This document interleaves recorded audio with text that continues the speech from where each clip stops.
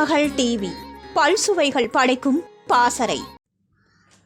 Classic சினிமாவில் சிறந்த comedy நடிகர், பாடகர் என்று தனக்கென தனி அடையாளத்தை பெற்றவர் என்.எஸ். கிருஷ்ணன்.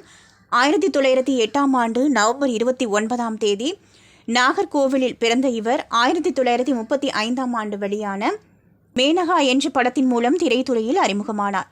அதனைத் தொடர்ந்து எம்ஜிஆரின் அறிமுக திரைப்படமான சதிலீலாவதி படத்தில் நடித்திருந்தார்.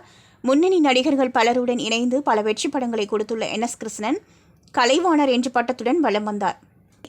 மேலும் தனது நகைச்சுவை மூலம் சமூகத்திற்கு தேவையான கருத்துக்களை வைத்து அசத்திய என்.எஸ்.கே நகைச்சுவை என்ற பெயரில் யாரையும் துன்புறுத்தாமல் சிரிக்கவும் சிந்திக்கவும் வைத்தவர்.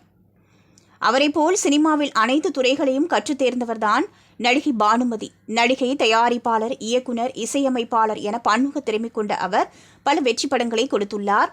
என்.எஸ்.கே, பானுமதி இருவரும் இணைந்து நடித்த படம் நல்ல தம்பி.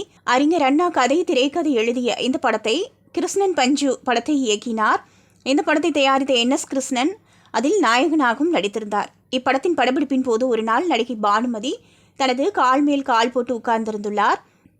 இதை பார்த்த ஒருவர் என்.எஸ்.கேயிடம் சென்று, பாருங்க, அந்த அம்மா கால் மேல் கால் போட்டு உட்கார்ந்திருக்காங்க என்று கூறியுள்ளார்.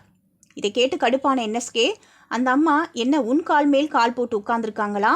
அவங்க கால் மேல் கால் போட்டு உட்கார்ந்திருக்காங்க, இதில் என்ன உனக்கு பிரச்சனை என்று கேட்க, அதன் பிறகு அந்த நபர் வாயை திறக்கவில்லையாம்.